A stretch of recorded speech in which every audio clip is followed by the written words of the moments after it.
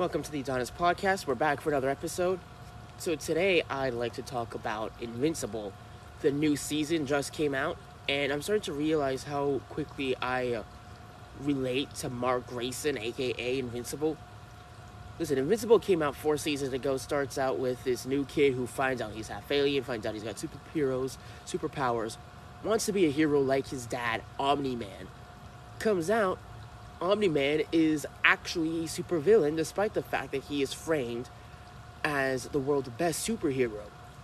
And he's killed plenty of people, and he's from this racist group of aliens called the Viltrumites, who are basically the Nazis of outer space, where they want to counter the world, they want to conquer the world and whatnot. And because of his father's ties, there's a lot of bullshit that happens to Mark. Most recently was what happened with Conquest, where Conquest literally managed to basically kill Adam Eve and almost killed Invincible's brother. If you watch the show, you know Adam Eve is able to revive herself. But why I'm bringing this up is not so much to talk about what happens in the show, but how I relate to it. So as I'm watching the second season, I already know from the comics that Mark slowly becomes a supervillain because of everything that's happened to him. Most recently, the fight with Conquest. And being the nice guy will get you killed. People will take advantage of that. Conquest didn't hold back. There were others before him that didn't hold back. In this new season of Invincible actually starts killing people when he feels it's necessary, because he realizes that there comes a certain point in time where you cannot have any mercy on your enemies, because if not, then they will have no mercy on you. It is dog eat dog. It is kill or be killed. Now, I relate to this because I went through life trying to be the nice guy. I thought I had a decent family until, as I got older, I realized that my parents were actually not good people. Found out that most of my family were not good people. Ended up having to cut ties with them. I went through my own identity crisis with my own family, with people who I thought were my friends were actually fake people, so I went through that bullshit as well. Once I decided to cut everything off, I thought things would get better, and things only got worse from there. And especially when I started podcasting and doing my own thing, but in the public eye. Mosquitoes. I've always been a man who's done my own thing. Even as a kid, I've always done my own thing and whatnot. But the difference was, I was just a regular guy. Now I'm operating in the public, in a sense, or to a degree. So now people are getting easily irritated by that. And there were so many people who made it their personal mission to try and stop me. And I thought, I was like, okay, listen, you can either support me in what I'm doing, or if you don't agree with it, then you can step aside and let me do my thing and mind your business, and I'll mind my business. But no, people apparently minding one's business is a foreign fucking concept. People were making it their personal mission to personally fucking stop me. And I tried to be the nice guy. I tried to show forgiveness and compassion. It got me dog walked all over, and I learned the hard way why being the nice guy never counts. Now, I do respect people who still play the nice guy today, who are nice, genuine people, who resonate with people, and who tolerate others' disrespect, because I understand from my own personal experience how much strength that takes. I understand that it is not easy to be the nice guy all the time. I understand, and I respect them for it, and there are plenty of creators and such that I know who come to me and they're like, oh, I can't get involved in politics and be as blunt as you can. And, most people would probably assume that I call them a coward or whatever, but it's actually the quite opposite. I'm like, no, I suggest that you don't get involved in politics. I suggest that you don't become as blunt and straightforward as I am, because I know firsthand that it can make your life absolute hell. I've had people try to break into my house. I've had people come after my home, my job, my friends. I've almost quit multiple times because of how hard and intense things have gotten. Not hard in the sense of, this is getting hard. I'm not seeing any growth, stuff like that. I mean hard in the sense where people are getting violent. People say ignore the haters. Well, it's hard to ignore them when they get fucking violent with you. I try so hard to ignore them, and I do a good job ignoring them. Then they put me in situations where I'm forced to acknowledge them, or else. So yeah, Mark is slowly becoming the supervillain right now. Right now, he's not fully a supervillain. He's still a superhero. There's so many fucking mosquitoes out here. He's still a superhero, but he's much more brutal now, and he actually kills people when it's necessary. I relate to that because I would never say that I was necessarily a bad person. I still kind of mind my business. But if you get in my way, I will show you no mercy, and I will tear you down verbally. And, I've literally made people cry on the spot, and then kept fucking going at them. And the reality of it is, in my world and in the fictional world, like Invincibles, you cannot show your mercy's enemy. No mercy. Because if you show them mercy, they will show you no mercy. So it's either kill or be killed. You either eat or get eaten. Now, I'm curious to see what will happen because I know at least in the comics, who knows about it in the TV show, but in the comic books, Mark actually finally becomes a full-on supervillain because of all that's going on. So I'm curious to see how that plays out. Now, no, I'm 100% gonna be made fun of for this, but who cares? Fuck it. The Lion Guard was my favorite show as a kid. Because The Lion King was my favorite movie, and The Lion Guard was a spin-off show that expanded the lore of The Lion King following his son, Kion. And it directly tied into older sequels such as The Lion King 2, featuring Simba's daughter. And there were little Easter eggs and whatnot, there were callbacks and whatnot. Just like Cobra Kai was one of the best shows made that was a sequel to The Karate Kid, I still feel to this day that The Lion Guard was one of the best shows made because a lot of these cheap spin-offs, whether it's for kids shows or adult shows, they're just money grabs, bro. But The Lion Guard was actually really well done and something that I enjoyed. I remember watching it as a kid and I actually enjoyed it. I think back then they had some other spin-offs too. I think Jake and the Neverland Pirates was a spin-off to Peter Pan, and that was not it. I think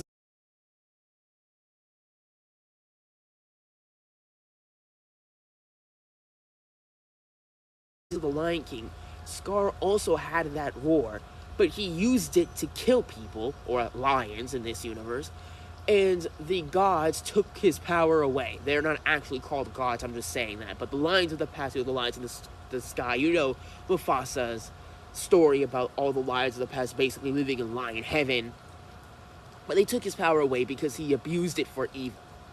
Now Kion has that power, and he always uses it for good, but there are times where he's tempted to use it either when he's angry.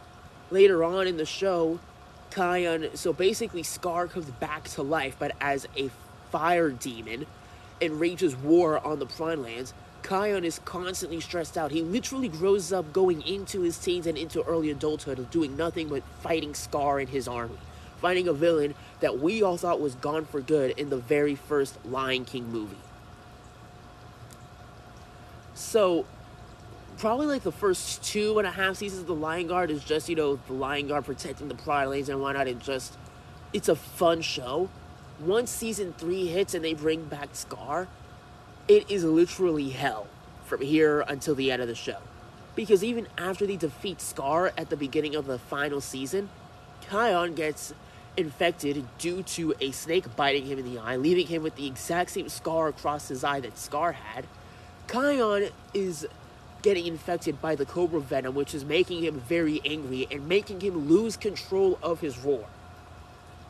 Him and his friends have to journey to the Tree of Life, where they get healed, and Kion ultimately doesn't. So Kion goes there thinking that he's going to get some medicine to cure the venom and whatnot, which he does, but he also learns what they're actually teaching him how to do is how to control his anger, how to not get angry, and basically learn patience so he doesn't get angry as easily.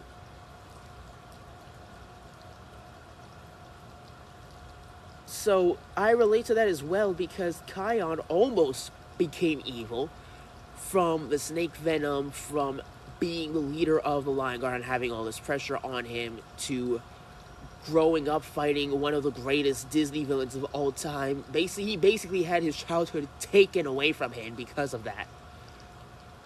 He did not become fully evil, though, because he had good friends around him who supported him and make sure that didn't happen and offered him support when he needed it. 2, he journeyed to the Tree of Life where he got the proper healing and counseling for that.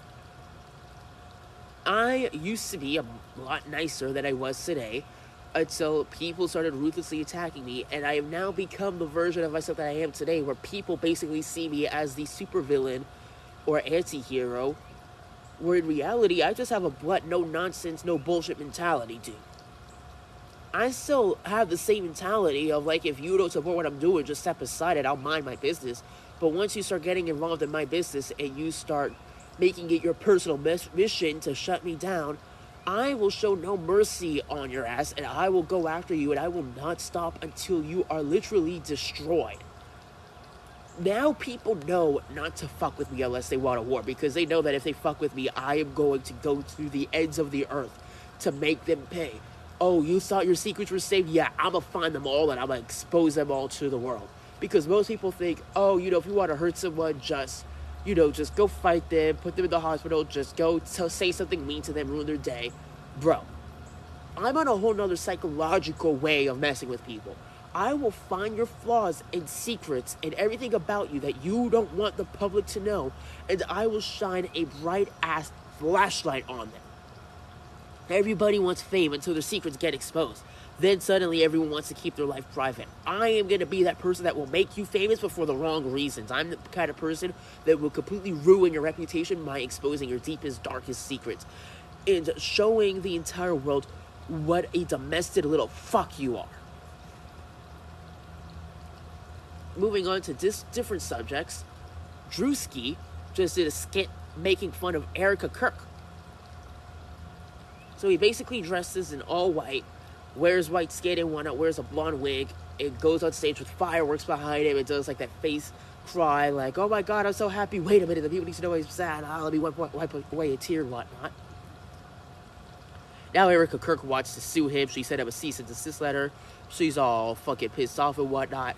She made comments on Twitter saying, like, this is racism. She's more enraged about the fact that Drewski is making fun of her in a comedy skit than she was about the fact that her husband was assassinated just a few months ago. And Drewski made a very valid point. He said to her, it's funny because I never said your name, I just dressed up as you, and yet you recognize it was you, so you're essentially telling on yourself.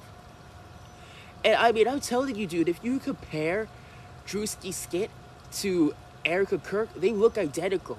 And what makes it so funny is because Drewski is calling out the truth. He's calling out exactly what is going on, which is the fact that Erica Kirk does not care about Charlie at all. And I was on Instagram today, and someone was bringing up old pictures of Erica Kirk that she posted. Matter of fact, there are pictures. I will share them later when I re-upload this on Instagram. But there are pictures of Erica Kirk in crop tops and all sorts of revealing outfits that she posted while she was married to Charlie Kirk that she never bothered to take down. So there have always been signs that Erica was this kind of person. We just never knew it, I guess. And now that Charlie's out of the picture, she is really, every day she is showing her true colors. And people are seeing right through it. There were people that saw it back then, but we all ignored them. To be fair, I didn't even really know who Erica Kirk was. I knew who Charlie Kirk was, and I knew who Erica was because of Charlie. But I didn't really know nor care about Erica or her background or anything like that. When Charlie Kirk died, that's when I was like, okay, let me go follow Erica Kirk on Instagram to keep up with the Charlie Kirk legacy. And then that's when I realized what kind of person Erica Kirk really is. So, this lawsuit is not going to fall through because, first of all, Drewski never said her name. He just dressed up as her and went on stage. So there's genuinely nothing that they can sue him for. Secondly, we have freedom of speech. You are allowed to make fun of people, whether it's publicly or privately. If this actually applied, SNL would be getting sued every single week. Matter of fact, SNL should invite Drewski to do that skit again, this time on the SNL show, because that skit was fucking amazing. You know, I've never really been a fan of Drewski, none of the sense that I hated him or had anything against him, I just didn't really care for him. After the skit, I am 100% a Drewski fan. Get me a Drewski t-shirt, I will wear that shit. I am 100% in support of Drewski now after that skit. And notice, see, this is the difference in their character. South Park featured Charlie Kirk in their previous season multiple times and made fun of him. And Charlie Kirk actually reposted it to his Instagram and other socials and made fun of it with them. And he laughed with the people who were making fun of them. Erica Kirk is made fun of by Drewski, and she's having a whole mental breakdown. She's not focused on things that she should be focused on, like Turning Point and her fucking children. And now she wants to sue this guy. For what exactly?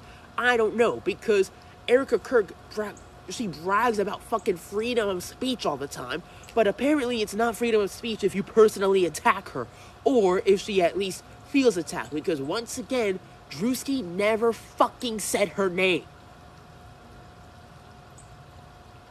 So the difference between their characters is Charlie was an actual genuine guy who was genuine and kind and outgoing, whereas Erica is a snake. She is a wolf in sheep's clothing. She is not a nice person. She is someone who is out with her own agendas, and she wears a mask in the public to get what she wants. And that mask is slowly coming off. To be honest, we all know it at this point. We all know that Erica Kirk is a fake fucking bitch. But it's that some people are willing to call her out bluntly for it, while others are just pretending to ignore it and basically pretending that they don't see it. We all know it. We all know it's there. Now, the next subject that I want to discuss is Clavicular. Now, I mentioned this before. Andrew Tate and Myron Gaines regularly support Clavicular. And I support Andrew Tate and Myron Gaines and Nick Fuentes. I think Fuentes has also supported Clavicular as well. I don't like Clavicular at all. I think Clavicular is a faggot. And he's just weird, dude. I mean, this guy is just like Fred Blaine, or Fred, whatever his name is, and Jack Doherty, and all these stupid content creators who do dumb shit for views. I mean, his whole brand is looks max, and basically improving the way you look to get attention for women. So you're basically a simp, okay. And then all his content is him just being weird to girls. He's literally touching them weirdly, and he's interacting with them weirdly, all for views. He's even admitted in a podcast interview that girls don't really talk to him outside of streaming. If the cameras are off, they don't really care for him, but they only care for him because of his status and his fame. Oh, so you just proved that your whole looks maxing corpse is a fucking scam. I've always said this from day one. Clavicular is a scammer. This whole looks maxing thing is bullshit. Okay, I know this firsthand because I can walk into any club and pull girls, dude. Like, I release pictures of me fucking holding girls and interacting with girls and whatnot. Girls just come up to me. Girls want to hang out with me, whatever. And I never really bragged about it until recently, because girls started saying, like, oh, he sexually assaulted me. Okay, so here's a picture of you in a picture with me that you clearly consented to. So now, I've never really been one to brag about how many girls I've been around, but now lately I am bragging about it to kind of throw it in their faces. Because now girls who don't agree with my ideologies, or who have been personally been called out on my podcast, now they're upset, and now to strike back at me, they're saying things like, oh, you know, he assaulted me, he raped me, you know, he's a creep. Oh, so you call me a creep? Julia Niles is a perfect example of that. Julia Niles says she's a creep if she doesn't really know me. Yet in 2023, she literally posted me in an Instagram post. We took a selfie together. She was smiling more than me, and the caption said, so thankful to my friends. I was one of those so-called friends, but now she wants to call me a creep. Now I just throw something that she herself posted back in her face, and now she's just made herself look like a fucking idiot. Because on one hand, she's saying, oh yeah, she's a creep, or he's a creep, But on the other hand, you can clearly see that she very clearly did not think of me that way, or at least did not always think of me that way, and she's very clearly lying because she's a fake fucking bitch. And I just ripped her fucking mask off. So what was the point I was getting at? So, Clavicular just got arrested for shooting at a dead alligator. Well, we don't know if it was dead. Apparently it was dead. But he shot at a dead alligator, which violates some law regarding wildlife. Whatever. And he was actually arrested for instigating a fight between two women, a physical fight.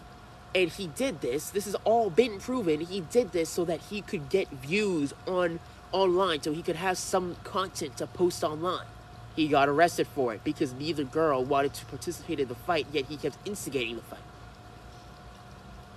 Andrew Tate came back with some bullshit of, oh, escape the Matrix, I know what they're saying to him right now in the office. Pray to him, he did nothing wrong. Shut the fuck up, Andrew. Listen, I'm still a fan of Andrew Tate. I wear Top G merch. I'm in his school. I watch his podcasts. But I cannot support Andrew when it comes to him supporting Clavicular. I just cannot. These mosquitoes are pissing me off.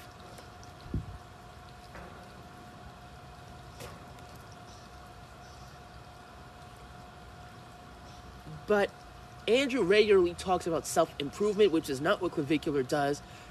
Andrew has spoken out against steroids because it is a cheap shot way. It does not require hard work, unlike going to the gym. So Clav doesn't work out. He literally said in the Jack Neal podcast that he doesn't work out. He doesn't go to the gym. He instead takes steroids, something that Tate speaks against. He regularly says, oh, you shouldn't be spending your 20s partying and getting drunk and hooking up with a bunch of girls. Okay, well, Clav does literally that. He talks about building success.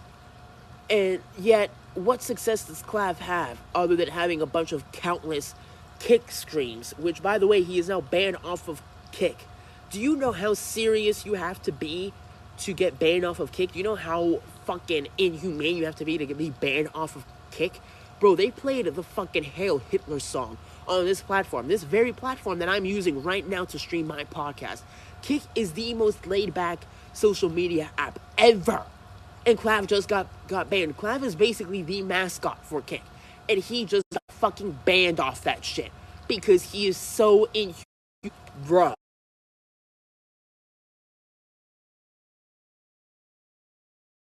Stuff is saying, oh yeah, I support Clav. Good work, Clav. Bruh. Okay, so first of all, Clav is a criminal. He underage drinks, he uses fake IDs to get into bars, which has been proven. He takes drugs, he takes steroids.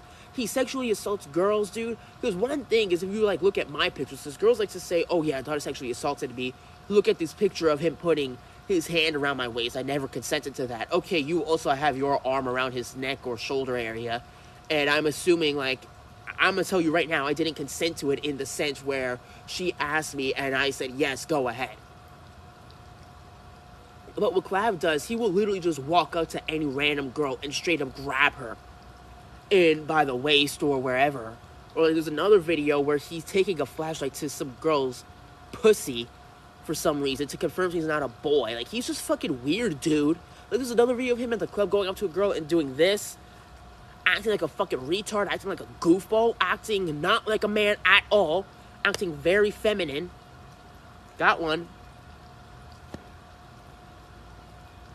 I gotta cut this podcast short because these mosquitoes are fucking irritating the dog shit out of me.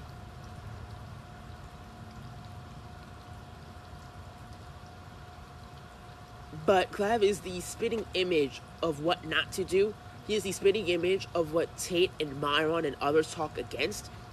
The only thing that Clav really has in common with them is he exposes women for who they are, which a lot of women do like Clav because of who he is. They like him because he's popular, and they want to be around him because he has money and status, and these girls want money and status, and that's what girls do. They're constantly jumping from guy to guy depending on who has the most money and status, and Clav has exposed them for that.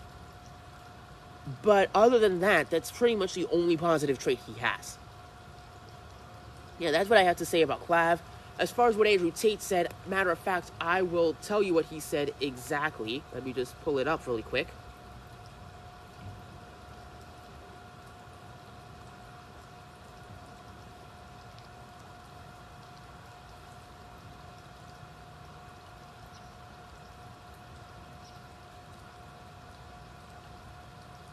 Let's see, where is it?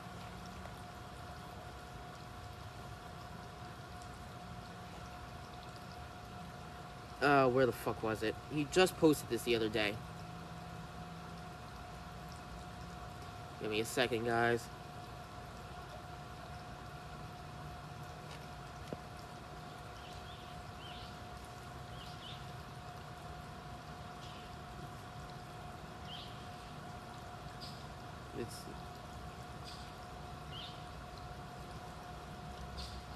Did he fucking delete it? Oh, yep, look, he deleted it. He deleted it. So maybe Andrew changed his mind because it looks like he's deleted that tweet. But I don't know. I'm going to look through my screenshots later and maybe I have it saved somewhere. But Andrew said something to the effect of, like, basically that the system is putting Clavicular exactly through what they put Andrew through with, you know, the freaking bashing and accusing him of things that he never did. Okay, here's the difference between Andrew and Clavicular. Tate got arrested for crimes that he never committed. The whole case was thrown away after 3 years because there were no evidence of the crimes that he was accused of. And he was in a corrupted government living in Romania. Clav, there's actually proof that he is a criminal because he literally records himself committing these crimes on a daily basis. He has admitted multiple times to doing drugs. He has admitted to drinking underage. He has been caught in possession of a fake ID, which is a felony. Then also, most recently, he was shooting a dead alligator, which violates some wildlife law, which I don't know the full context of. But apparently now, I do agree that we do need wildlife laws. As far as shooting a dead alligator, the harm in it necessarily, because he's already dead. But at the same time, you kind of look like a fucking psychopath just needlessly shooting at an already dead corpse. That definitely raises some concerns. If I saw you, like if one of my friends just started shooting at a dead rabbit or whatever, I would not want to be around that person anymore. Like, why are you trying to shoot something? Like, that doesn't make any sense. If you want to shoot something, go to a fucking gun range and hit a fucking target. If you want to shoot something, go hunting, go on a hunting trip and shoot a deer or something that you can bring home and cook for me. But just randomly shooting an alligator corpse just for fun, that is fucking creepy. This looks like a future serial killer. So yeah, Clav is not a good dude. Clav is the example of what not to do in your 20s. And honestly, this is nothing. He's only been arrested, twice? I'm surprised he hasn't been arrested more frequently, considering the fact that every single day he goes on live stream and literally just commits a litany of crimes. But anyway, I need to go inside because there's way too many mosquitoes out here. Thanks for watching. This is the Adonis Podcast.